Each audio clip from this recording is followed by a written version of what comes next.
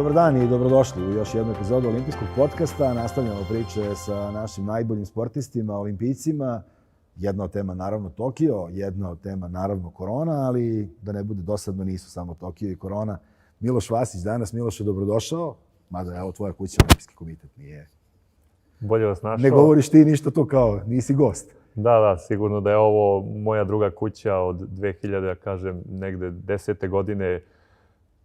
Prvih tih predkvalifikacija za olimpijske igre u Londonu sam ušao u ovu kuću. Evo i danas 10 godina, to jest 11 godina posle i dalje sam tu i generalno se ovde osjećam koliko svoje kuće i sigurno da imamo odličnu saradnju i kroz sve ove godine imamo i ogromnu podršku od samog Olimpijskog komiteta i svih ljudi koji rade u Olimpijskom komitetu i mislim da smo stvorili jedan odličan profesionalni odnos i što se pokazuje i kroz saradnju i kroz rezultate koji su bili u proteklih 11 godina.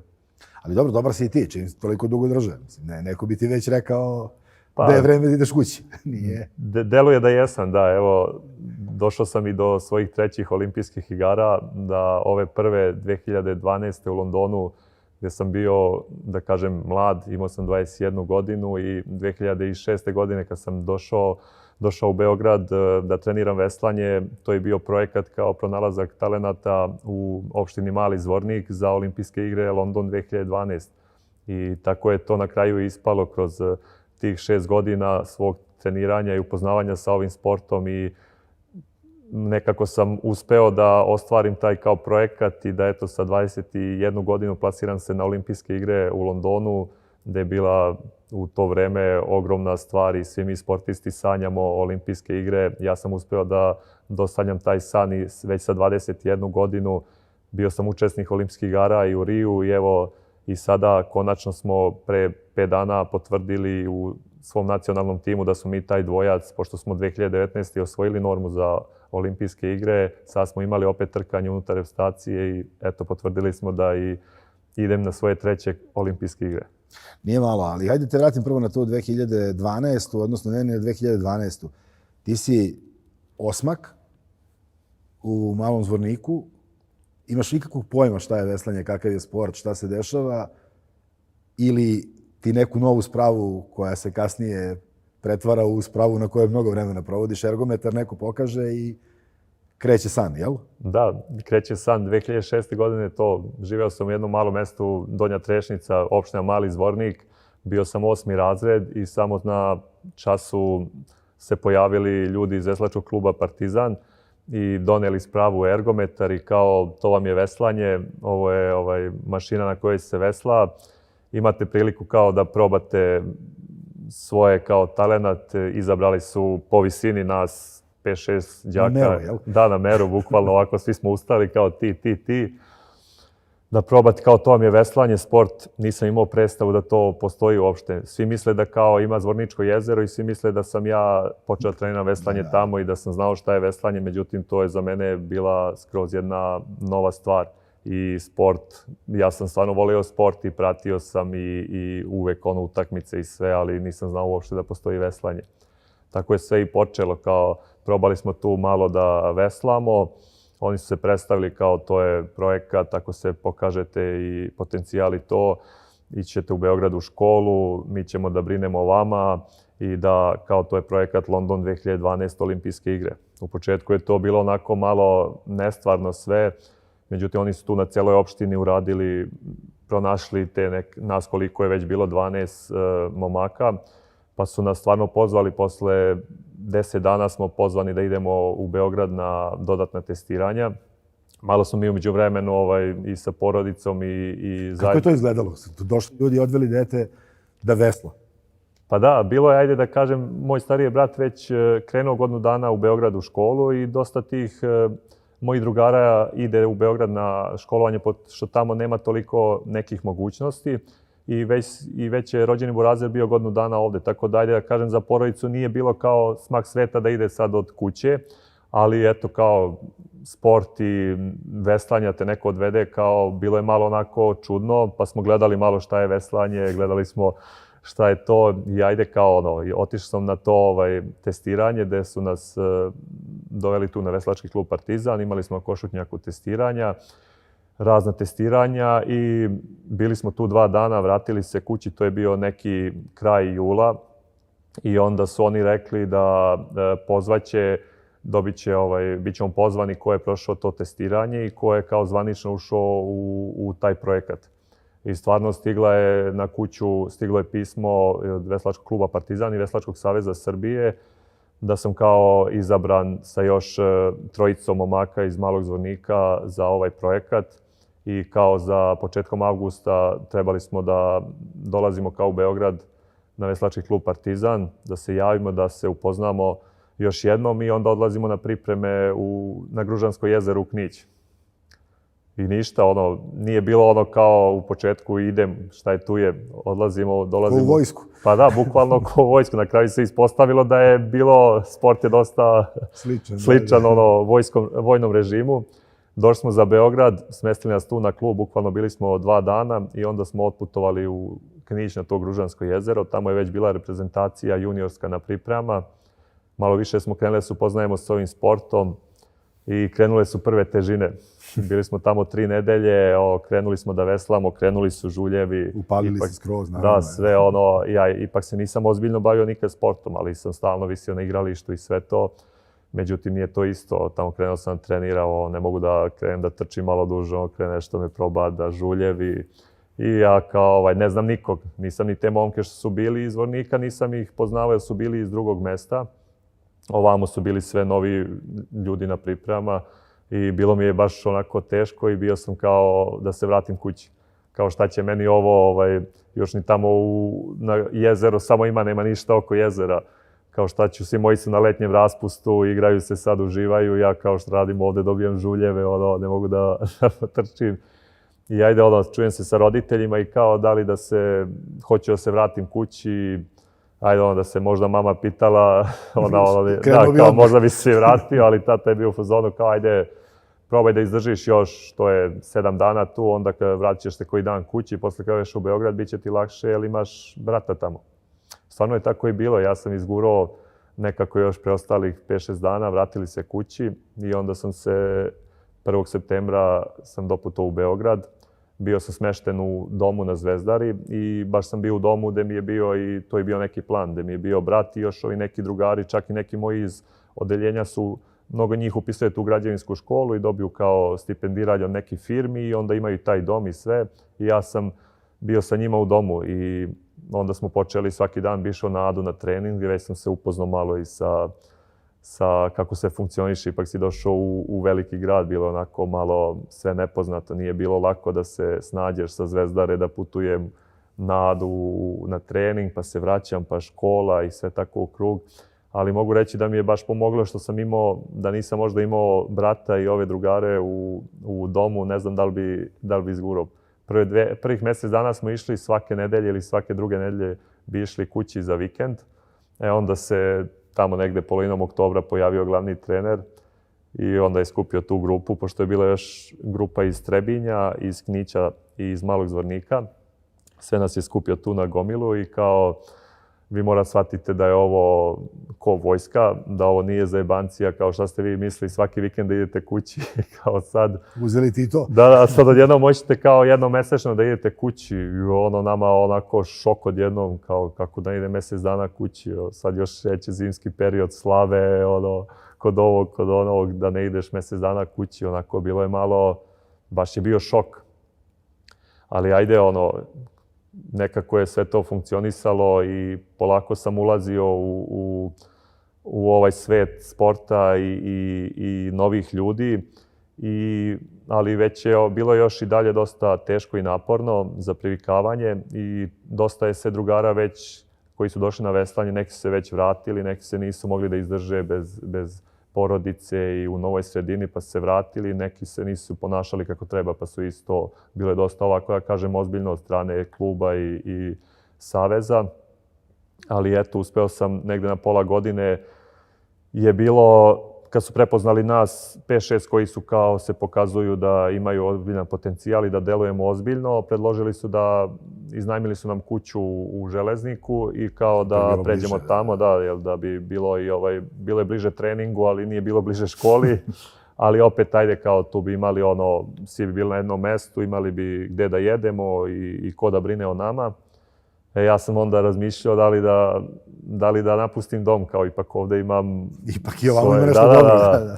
Kao da li će mi biti ipak još nisam toliko se upoznao sa ovim novim drugarima, ali ajde, odlučim da to na bio zimski raspust i da posle raspusta pređem ipak u stan sa ostalima. I kad sam prešao, mislim da je taj neki potez tu je bilo već onako da sam prelomio da je to i da sam se opredelio za veslanje i nije mi stvarno bilo u tom periodu teško i tada je već onako malo sve krenulo u nekom uzlaznom putanjom i tad sam već onako odlučio da ipak to sport gde prepoznajem sebe ipak.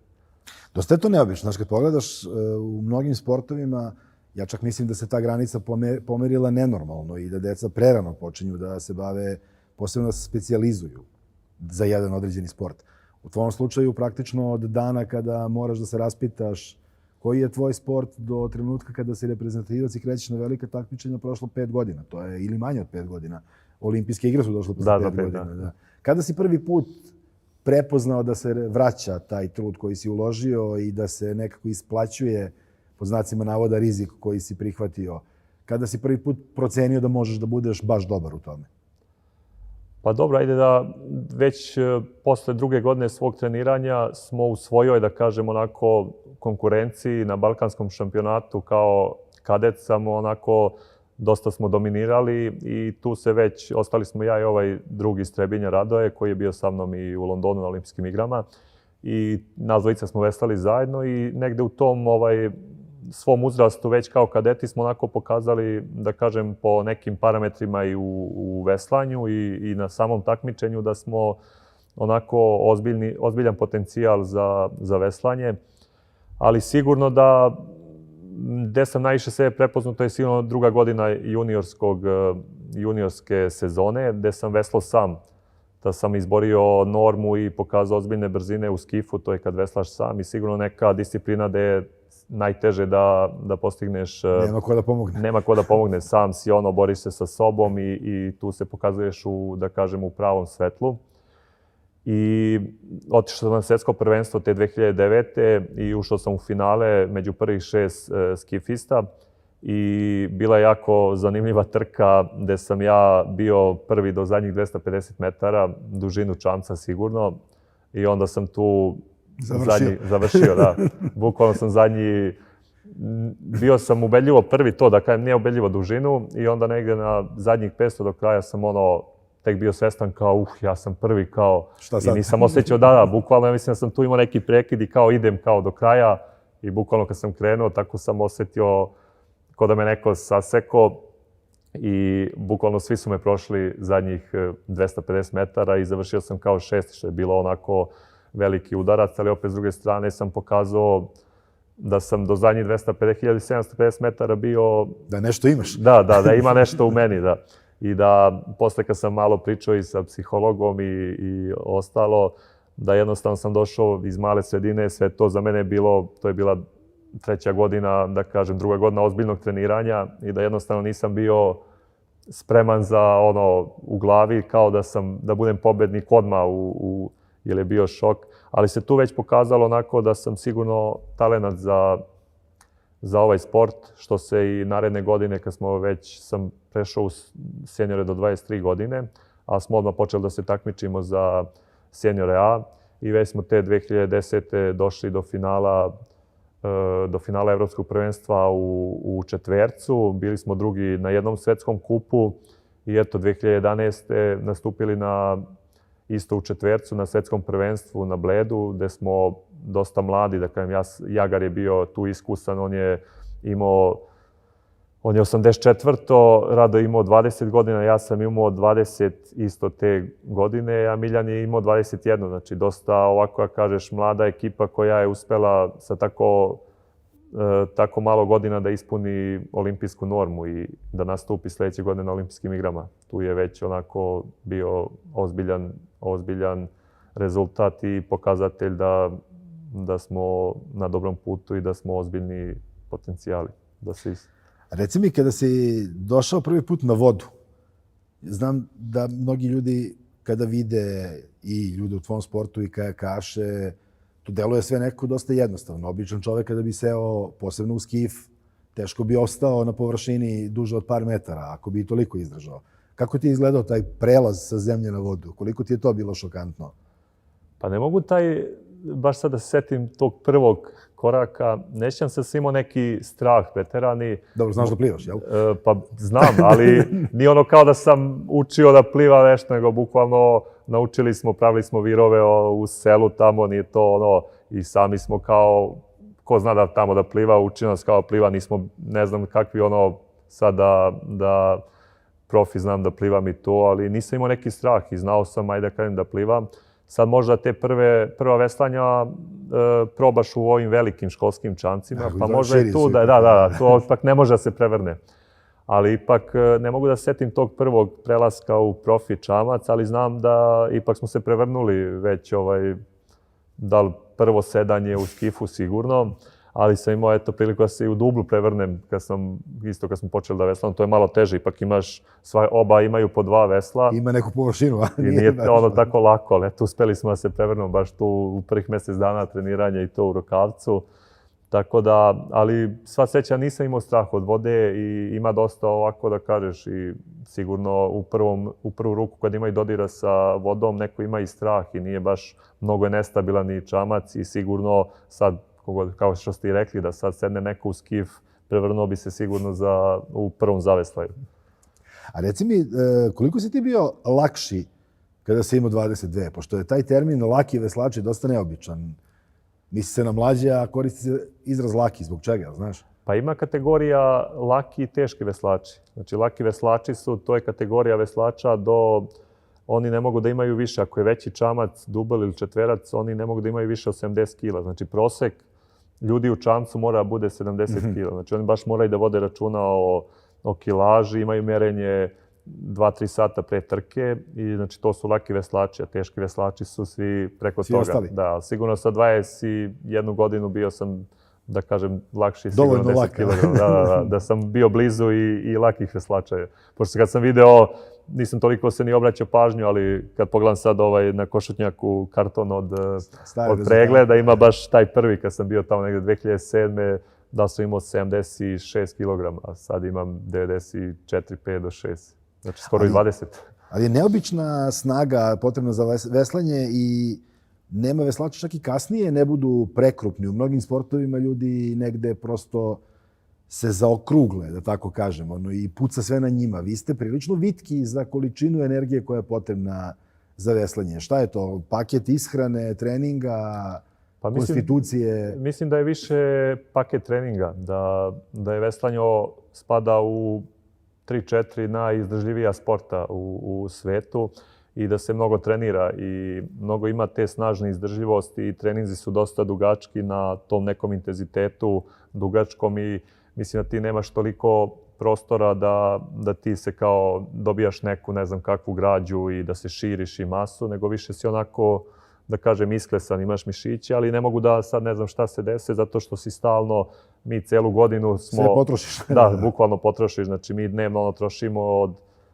4,5 do 6.000 kalorija i ti veslaš dnevno, treniraš ujutru, veslaš od 20 do 30 kilometara. Onda imaš popodne, uvek imaš, na primjer, 10 km trčanja plus teretanu ili imaš kad je bez teretana imaš po 2-3 sata vožnje na biciklu na isto nekom umerenom intenzitetu i tako da celu godinu ti treniraš. Znači nema kao period da ti imaš tih posle svetskog prvenstva i kraja sezone imaš 2-3 nedelje samo pauze i posle toga dosta je specifičan sport i sad kad pričaš ti sa nekim ljudima koji se bave drugim sportom, to je malo im deluje nestvarno. Znači mi svi misle kao mi zimi nemamo takmičenja i kao to je onda laganica. A smislili taj ergometar, vidiš to. A nama je zimi je pakao jer se mnogo trenira i ti si stalno u tom pripremnom periodu izdržljivosti i mnogo su mnogo dugački treninzi, intenzivni i mnogo se vesla i radi se unutra i na ovom ergometru i onda leti opet, imaš ti trke, kreću takmičenja, ali isto stalno moraš da održavaš, prođe takmičenje, ti opet moraš da se vratiš u ovaj, što bi rekao se, zimski period. Tako da si cijelu godinu izložen tom nekom dugačkoj izdržljivosti, onda nema prostora da se sad neko raširi. Da okrugliš. Da, okrugliš. A reci mi, jel ti lakne kada dođe sezona vode? Pa da, sigurno je dosta... To je sad negde, jel? Pa jeste, evo, za mjesec dana nas već očekuje Evropsko prvenstvo u Varezeu i sad već i ovo, kad smo se vratili iz priprema, sad nekako već je drugačiji osjećaj u Beogradu, jer se produžio dan, krenulo je sunce da izlazi, već sad izlazak na vodu mnogo znači i sad kad krenu trke je dosta zanimljivije. Ipak je taj neki zimski period, ok, navikao sam ja, ali je nekako monotono sve i nemaš takmičenja, moraš stalno da treniraš i da sam sebe dižeš i guraš sve to, a ipak sad kad krenu takmičenja je zanimljivije, ipak putuješ na trke, imaš takmičenja, trkaš se sa drugima i zanimljivije period dosta. Ja znaš tamo gdje treniraš na pamet, gdje su splavovi, gdje je drveće, šta su ti orijentiri kada duže staze prelažiš? Pa da, znaš i mislim da Adu bukvalno znam na pamet i gdje je 250 metara i gdje je 500 i gdje je 300 metara i šta se nalazi na 500, šta se nalazi na kom delu jezera, tako da, što bi se reklo, sigurno da je i sama Ada druga kuća, što ovako, ovo je za trening sigurno druga kuća i da znamo svaki parametar i svaku bovu gdje se na koliko metara nalazi. A koliko je, mislim, sport je naravno posebno na vrhunskom nivou na kom si ti standardizovan i pravila su jasna i o svemu se vodi računa. Kolika je razlika između različitih mesta za veslanje? Je li imaš neka omiljena, osim Ade i jezera na kojima veslaš rukavce? Gde je najteže, gde je najlakše, gde najviše voliš kada odeš? Pa ima, sigurno da ima dosta razlike. Nijedno jezero nije isto i to se sve osjeti mi osjetimo i kad veslamo. Sigurno najviše volim da veslam na Adi, jer sam tu i odrastao i tu svakodnevno sprovodim svoje pripreme. Ali ima mjesta gdje, na primjer u Lucernu, ima to jezero gdje uvek svake godine ima jedan svetski kup i bude i Evropsko prvenstvo je bilo pre 2 godine i sigurno onako to jezero mi ovako nekako ima neku dobru energiju za veslanje i dobar osjećaj i ovako što se tiče priprema, dobro mi je u Sloveniji smo na primjer išli na Bledsko i Bohinjsko jezero, oni su ovako, tu bude na Bledu i trkanje i sigurno zbog te prve izborne za olimpijske igre nosi onako... Pamtiš ga po lepom, jeste, po lepom i ima mi neku dobru draž. Što se tiče, kod nas isto ima mjesta gdje volim da idem na pripreme. Da kažem da smo pokrenuli i u Malom Zvorniku i 2015. smo, u stvari 12. smo prvo išli na Zvorničko jezero. Tamo smo sa opštinom i ovima napravili, oni su napravili sad već tamo i hangar i neki je plan da i klub polako otvaramo i baš mi je to nekako drago što sam uspeo tamo da organizujem pripreme i da reprezentacija bude na pripremama u Malom Zvorniku i bili su gosti kod mene u selu i kod mojih roditelja, tako da ima još Srebrno jezero, Vlasinsko jezero i Gružansko tamo u Kniću gdje sam prvo i počeo da veslam. Sve su to jako lepa mesta za veslanja i nose neku lepu uspomenu za mene sva ta jezera. Imaju dužinu dovoljnu? Pa imaju, sve sad zavisi, na primjer, ovo Srebrno jezero ima 11 km da veslaš, znači jezero je dugačko 11. Ovo Vlasinsko jezero je isto ogromno, u Kniću imaš isto skoro 10 km, sve su to u Zvorniku, imaš od Malog Zvornika, od Brane skoro do Bajne Bašte možeš da veslaš, tako da sva su jezera prilično dugačka. Znači ti uslovi su dobri. A reci mi, kada dođeš na neko veliko takmičenje, šta znaš o mjestu na koje dolaziš? Recimo u Londonu, pretpostavljam, nisi imao pojma, bio si mladi i sve. Kada si se spremao, na primjer, za Rio, jel imate vi neku regatu preolimpijsku ili imate neku priliku da upoznate to gdje ćete se takmičiti ili vam je to prvi susret kada stignete na igre? Pa i London i Rio mi je bio prvi susret. Nismo imali uopšte neku predregatu. Neki koji su stariji, oni su imali su, na primjer, u Itonu, ta staza u Londonu. Oni su imali priliku da veslaju tamo jer je bilo svetsko prvenstvo, nekih godina bili su svetski kupovi. Ja nisam imao uopšte predstavu ni dodira sa tom stazom, sve je bilo nepoznato. Tako isto u Riju. Naprimjer, juniori imaju, uvek je juniorsko svetsko prvenstvo godinu dana pre olimpijskih igara veslanja. Da, ali da juniori probaju i da vide kao ovi da li to funkcioniše kako treba. Tako da nemam nekog iskustva ni sa Tokijom. Imamo tako neke informacije i videli smo sad je bilo juniorsko pre 2 godine kako otprilike izgleda i koji vetar duva. I imamo još informacija i od ovih ljudi iz Olimpijskog komiteta koji su bili tamo, tako da nemamo neku sad predstavu o tome, ali neke informacije imamo dovoljno. Dobro, taj vetar nije naivan faktor, do duše svima je isti, ali neko reaguje ovako, neko onako. U koje ti spadaš? U one koji se lako nose sa vremenskim nepogodama ili ne? Pa kako kad, mislim da sam sad da kažem na prethodnim godinama možda sam se onako malo, da kažem, lošije nosio za razliku od nekih drugih kad pogledam reprezentacija. Mislim da sam sad kroz godine veslanja i iskustva, mislim da sad smatram da sam spreman na bilo kakve uslove. Naravno, uvek ima staza da je jako, zna da bude razlika između staza, tako je bilo i u Londonu. Mislim, naravno, nije to imalo uticaj na moj plasman i na naše tad takmičenje, ali su, na primjer, u finalima već su morali da pomeraju, znači ovi koji su bili prvi u polufinalima, oni su dobijali ove, jer idu kako su tribine i ako duva i zaštićeno, duva bočni vetar sa ove strane, tu je zavetren i onda oni u finalu ređaju ove koji su bili najbrži u finalima i tako i bio plasman posle. Tako da dešava se već zadnjih godina da ima dosta tih staza gde nisu realni uslovi. Mislim da je sad to bilo i 2019. u Lincu na svetskom prvenstvu, da je već tamo za drugi dan finala nekim ekipama bilo ovako isto, nije bilo regularno da kažeš, ali ipak se nekako sve to održava i kad ima prostor oni pomere za dan, na primjer ako je jak vetar, ali to je sad tako, moraš da se privikneš na te uslove i kako nama, tako i ostalima. I to što kažeš, nema neke velike razlike. Yes. A koliko su ti neki protivnici teži ili lakši, odnosno da li ti neko leži, ne leži, jel ima nekoga koga kad prepoznaš na stazi, znaš da si brži od njega, nekoga ko ti deluje teško, dostižno, ili ima razlike u stilovima veslanja? Da li Australijanci i Novozelanđani imaju neku magiju posebnu, ili Britanci, ili su samo jači? Pa imaš tih par velikih reprezentacija koje važe uvek za glavne favorite, kako na olimpijskim igrama, tako i na svetskim i evropskim prvenstvima.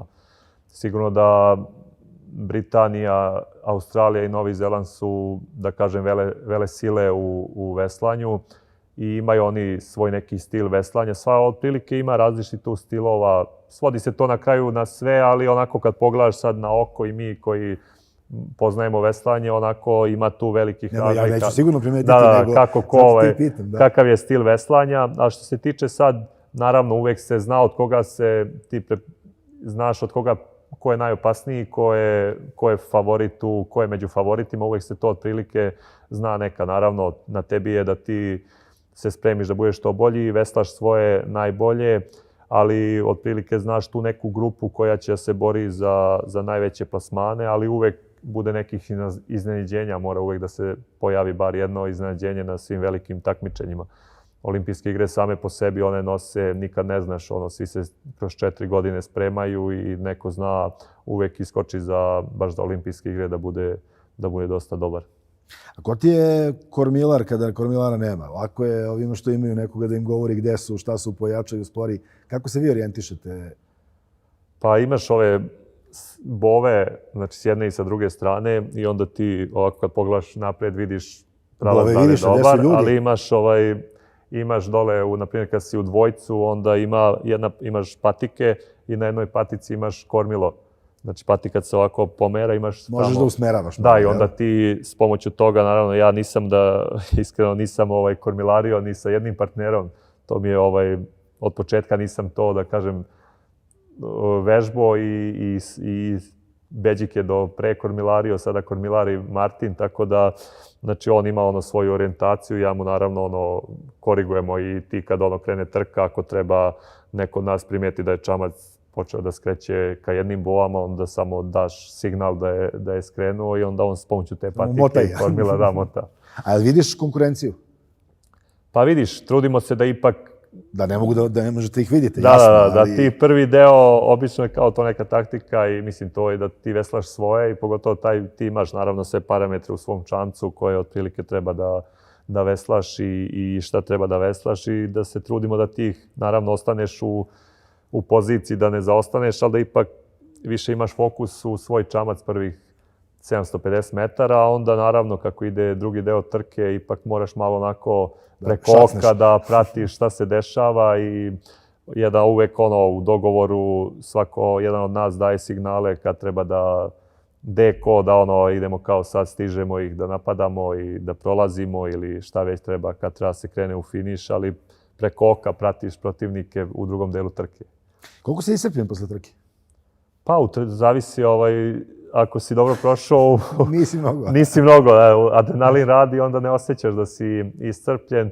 Obično te negde jedno posle sat i po dva, onda kad te stigne sve to, onda padneš skroz. A ovako kad prođeš kroz cilj i kad, pogotovo to što kažem, da prođeš dobro i da je napravljen neki uspeh i rezultat, onda si pod velikom energijom i ne osjećaš ništa kao mogu bi još jednom odmah da idem na start da veslam, ali posle ipak to sve stigne.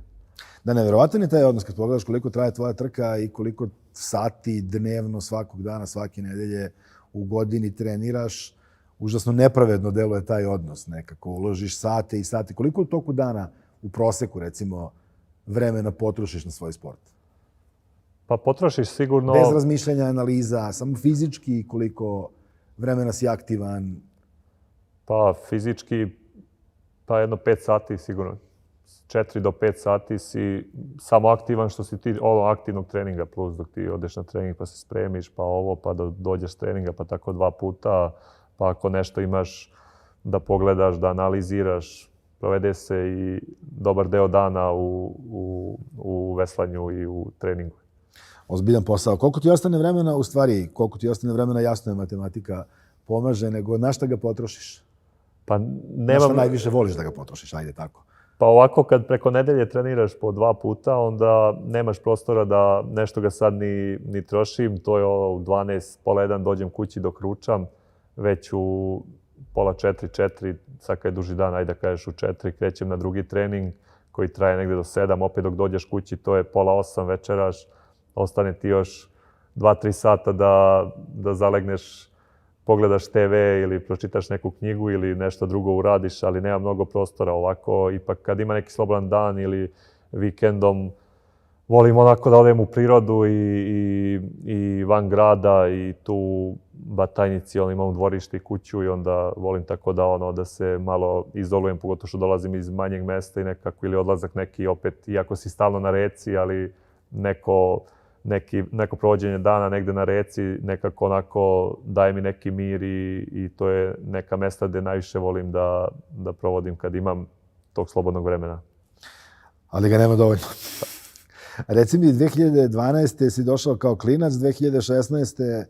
dve su ravni sad. S jedne strane, šta je moglo od malera da te snađe na stazi, snašlo te. Sve. S druge strane, ako životno nije baš da je ta 2016. bilo malerozna. Kako pamtiš same igre? U stvari, šta ti je ostalo najviše u sećanju, ne računajući ovaj lični deo, ajde da se ne igramo, Sonja Vasić, nekima poznata i kao Sonja Petrović, tako je nekad bilo, jel?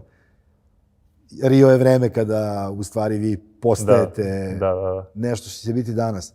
Šta si drugo zapamtio? Šta je specifično u olimpijskom selu? Šta ti je bilo fascinantno? Šta ti je bilo manje fascinantno u Riju nego u Londonu?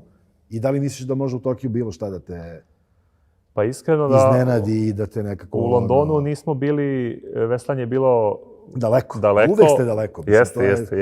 Ali u Londonu nismo bili uopšte u olimpijskom selu i da kažem možda nije ni bio taj neki osjećaj pravi olimpijskih igara, ali ajde sva sreća, 2000 išli smo ipak na otvaranje, jer nezgodno je malo u veslanju ići na otvaranje, zato što bukvalno odmah imaš trke, a drugo si daleko. 50 km i ujutru. Ali mi smo bili mladi, bili četverac je bio tek 2 dana posle i onda smo imali priliku kao da, ako hoćemo da idemo, naravno mi smo išli i da kažem da smo, iako nismo bili u olimpijskom selu, imali smo bar priliku da osjetimo otvaranje. Mislim, to je, da kažem, za London je to sigurno najveći utisak ostavilo na mene, je otvaranje i to je bio stvarno doživljaj i mislim da je dobra stvar što smo u Londonu otišli na otvaranje, jer nismo imali prilike ni u Riju, nećemo ni u Tokiju ići, jer još veslamo i dvojaci, mnogo je odmah trka, a i nema potrebe da idemo, tako sad smo vidjeli. Jedne si otvorio, ne moramo. Da, ne moramo više. A onda smo u Riju smo ipak imali priliku da budemo u olimpijskom selu i sigurno je bio doživljaj da budeš u olimpijskom selu, da svaki dan sretneš nekog poznatog svetskog sportistu i da imaš priliku da upoznaješ i da se slikaš i da vidiš sve to. I da kažem ovako, sportski nismo nekako dobro prošli u Riju. Otišli smo, mislim, u jednu ruku smo i znali da smo malo nespremni otišli, jer nije dobro se odvijala, pogotovo te završne pripreme. Imali smo problema i zdravstveni, Beđik je bio dosta povređen kroz cijelo leto i iscrpljen.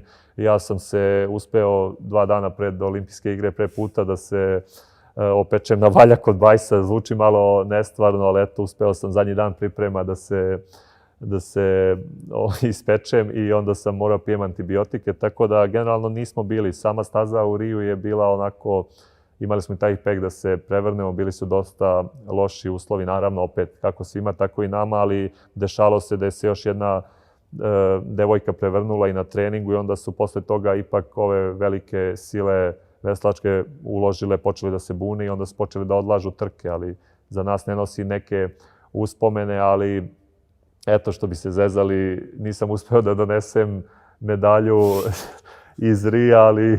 Nešto važnije jesi. Jesam, eto, ipak sam upoznao ženu svog života, sa Sonjom sam se upoznao u Riju i eto, 5 godina kasnije kao bračni par ćemo učestvovati u olimpijskim igrama u Tokiju. Tako da ima tih nekih stvari koje možda ne treba da se pamte, ali ima neki lepi deo cele te priče i sigurno da će olimpijske igre u Riju da nose jedne lepe i velike uspomene, a imaće i neke ovako gorčinu koja ipak posle ovih lepših sigurno biti manje bitna nego... Dobro, i polovina vas je donela i medalju. Pa jeste, tako da to se isto zezamo i sad kad kaže Sonja ipak donela olimpijsku medalju i kao ja sam eto...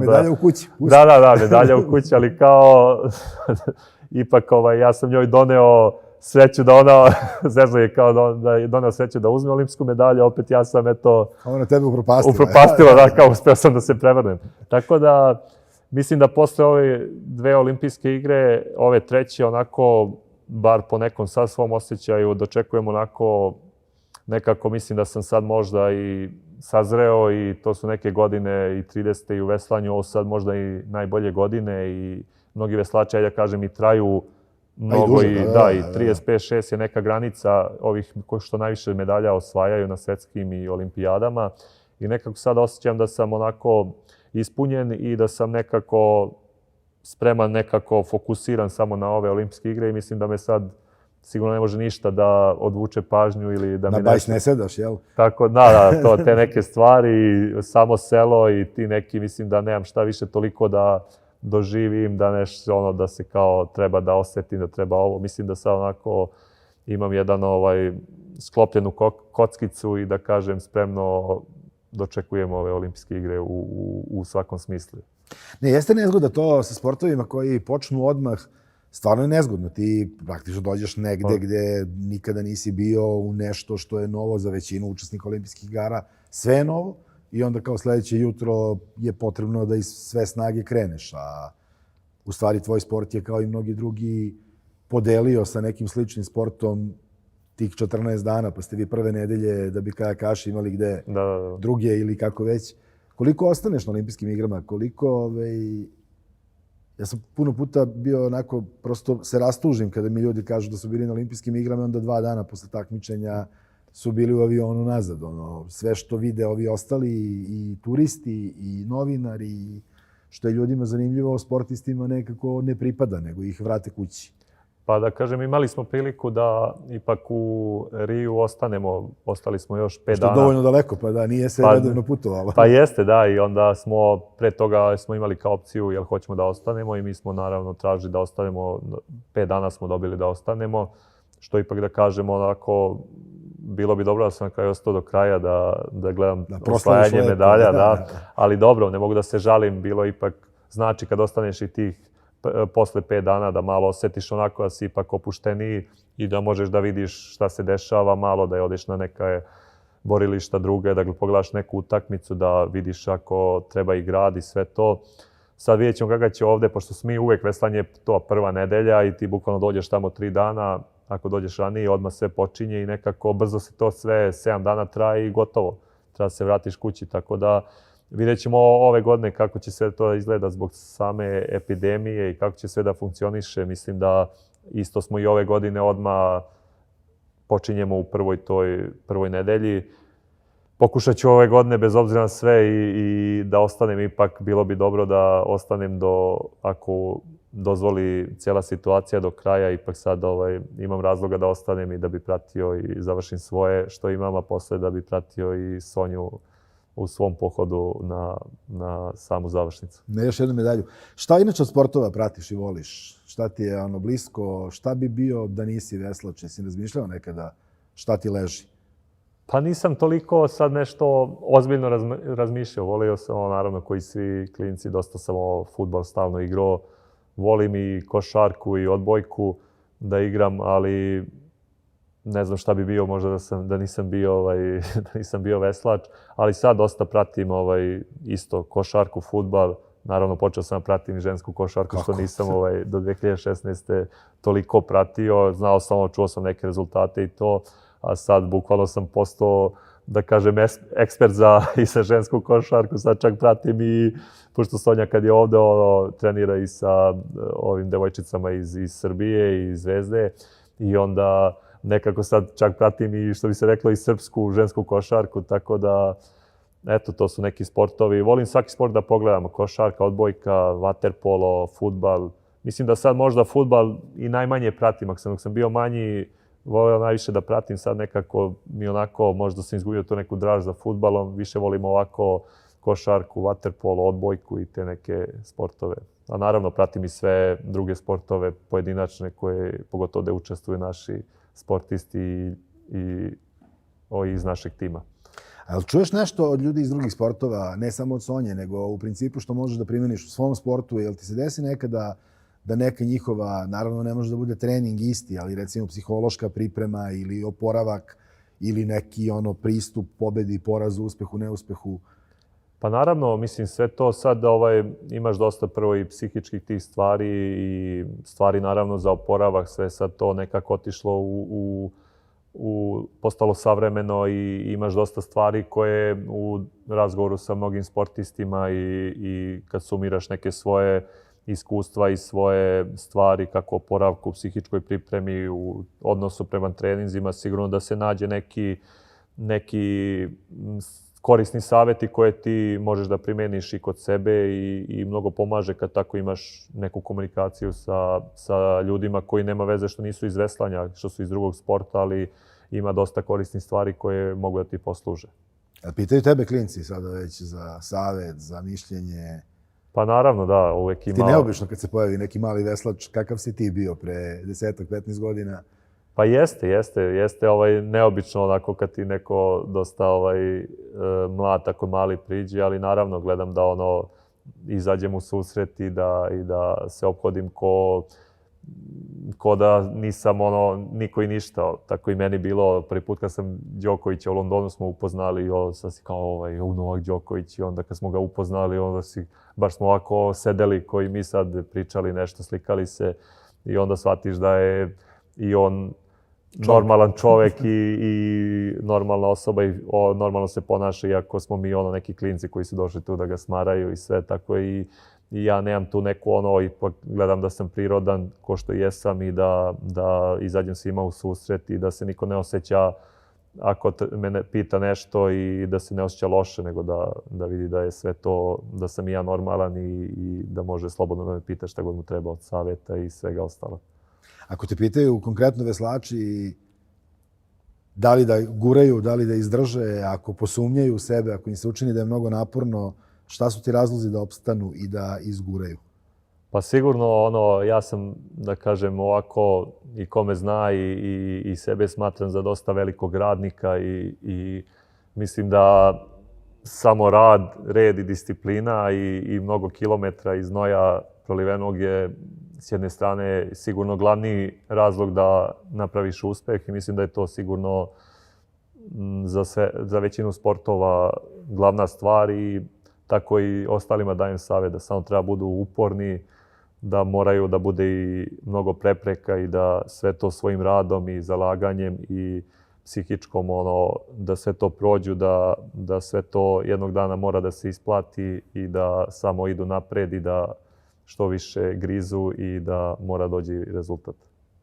Sad, dao si mi šlagvort za neka su pitanja stigla za tebe. Mislim, ti znaš kakvi smo. Glavno pitanje je hoćeš li osvojiti zlatnu olimpijsku medalju. To je sad onako dobro zvuči, a stvara i opterećenje. Kako vidiš stvarno izglede da se nešto veliko uradi i sada dolaziš zreo, pretpostavljamo i nadamo se da ćeš biti zdrav, spreman i ti, Martin. Kakvi su vam otprilike izgledi da se recimo domognete finala za početak, pa onda da se pobijete za medalju? Pa s obzirom da smo to dosta, da kažem, ipak mlada ekipa što se tiče koliko dugo veslamo zajedno, ali ipak smo pokazali onako i na svetskom prvenstvu i na nekim svetskim kupovima dosta ozbiljne trke gde smo imali priliku da se trkamo na krv i nož sa najboljima koji su i uzeli medalju na svetskom prvenstvu.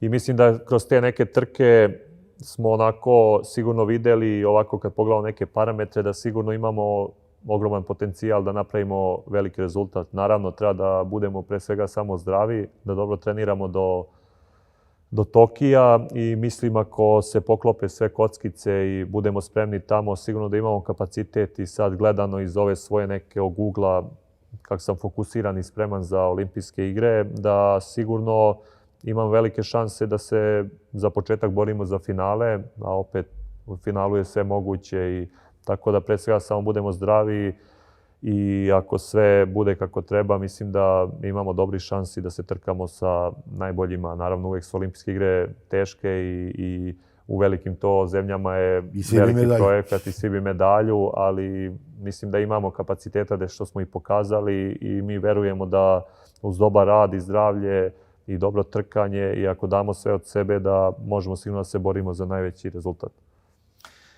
Uglavnom su pitanja kako si uspeo i kako si stigao do ovoga, to si rekao, ali pitanje Zorane Arunović spada u neobična pitanja. Hoćeš li odati tajnu pršuta i kobasica? Vidim da je to ostavilo jak utisak i da li je to adut kada zoveš prijatelje u okolinu Zvornika? Pa sigurno da jeste, mislim, pošto dolazim iz malog mesta i iz sela, moji roditelji su i dalje tamo žive i gaje sve i životinje. I to su sigurno naši specijaliteti. Mislim, ja obožavam kad mogu da budem tamo i da radim sve te stvari i vidim. I to i uvek kad smo gostovali, moji drugari od ovako iz Beograda i sa veslanja, kad smo bili na pripremama, uvek se organizuje da se peče prase, jagnje i to nekako ipak za dosta ljudi odavde i mojih drugara koji nemaju toliko dodira i sa selom i sve, bude veliki ovako doživlja i oduševe se i opet i mojim roditeljima i meni je drago kad smo svi tamo. Drugo, što Zoka kaže za pršutu i kobasicu, mislim, to je sad zimski period, ima i kobasice i pršute i svega, tako da to su neki specijaliteti koji nas krase od tamo i koji svi kad probaju onako dosta su oduševljeni i mislim i ja sam sam i ovako kad iz ove perspektive vidim sve to, nekako to je veliko bogatstvo, pošto ne znaš ovde ni šta jedeš, ni šta sve koristiš, ovako ipak znaš tamo kako se to hrani sve i kako dospeva sve, tako da to je nešto što imamo tamo, to neko bogatstvo. A i ti si mirnik, kad si na ergometru i mučiš se, znaš, ono se suši, pa jeste, bit će nešto dobro. Jeste, sigurno.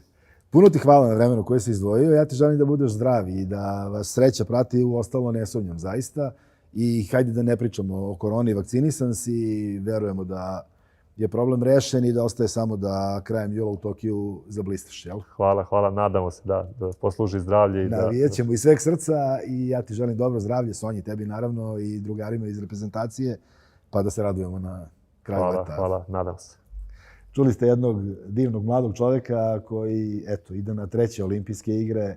Oni koji su nekada bili na nekom prvenstvu škole ili eventualno nekom opštinskom znaju koliko je to veliki uspeh, a onda pretpostavljam mogu da bar naslute koliko je ovo velika stvar, a nadamo se da će ove biti i najuspešnije za Miloša Vasića, a mi se vidimo sledećom prilikom i neka nova zanimljiva olimpijska priča. Prijetno.